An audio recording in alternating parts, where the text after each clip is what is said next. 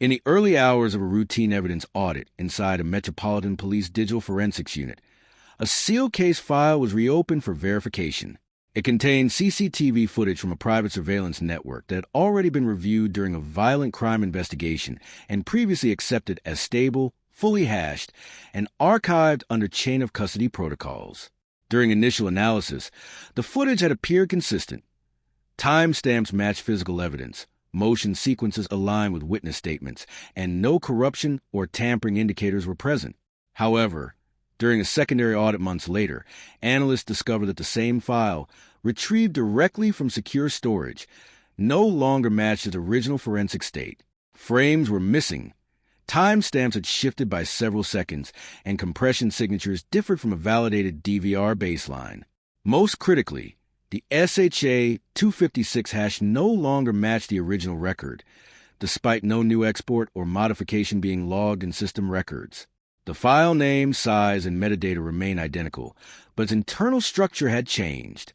This contradiction escalated when investigators identified a sequence that had not existed in the original review, a continuous motion segment replacing a previously documented pause near a control panel that had been central to the suspect's behavioral interpretation. That missing pause altered the entire investigative theory. The question became unavoidable. If the footage had been sealed and hashed, how could it have changed after official review? The original case involved a high-density commercial warehouse monitored by a multi-camera NVR system using H.265 compression, synchronized via NTP, and distributed across 12 overlapping feeds. During the first review, investigators reconstructed a clear timeline. An unidentified individual entered through a side access point, moved through corridors without interruption, and exited the system's main coverage area. Motion logs and video feeds aligned, and the evidence was deemed high confidence, supporting arrest warrants and investigative reconstruction. Months later, during audit, the same footage produced contradictions. An 8-second timestamp shift propagated across multiple camera feeds, and the previously critical pause at a secondary control panel had disappeared entirely. Analysts first suspected storage corruption, but raw disk imaging from cold storage eliminated hardware failure. Frame-level hashing revealed discrepancies in specific keyframes, confirming that changes were embedded within the video stream itself rather than superficial metadata errors. Encoding fingerprint analysis further showed partial re-encoding patterns inconsistent with DVR firmware behavior, suggesting selective reconstruction of segments rather than random corruption.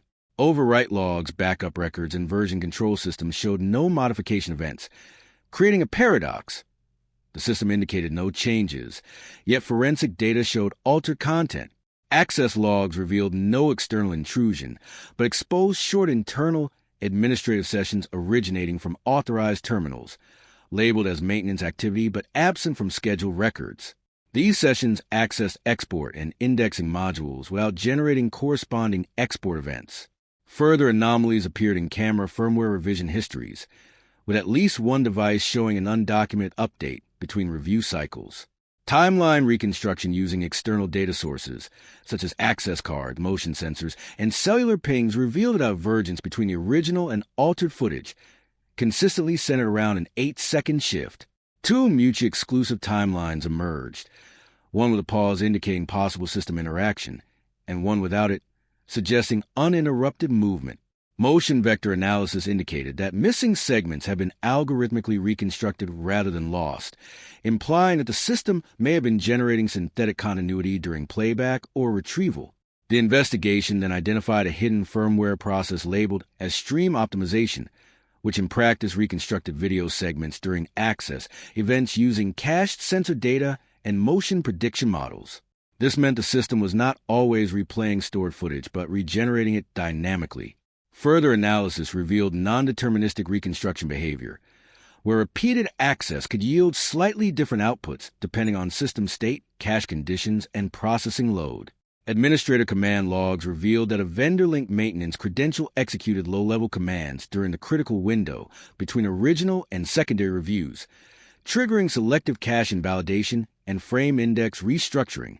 This forced the system to discard portions of historical frame references and rebuild them from secondary data sources.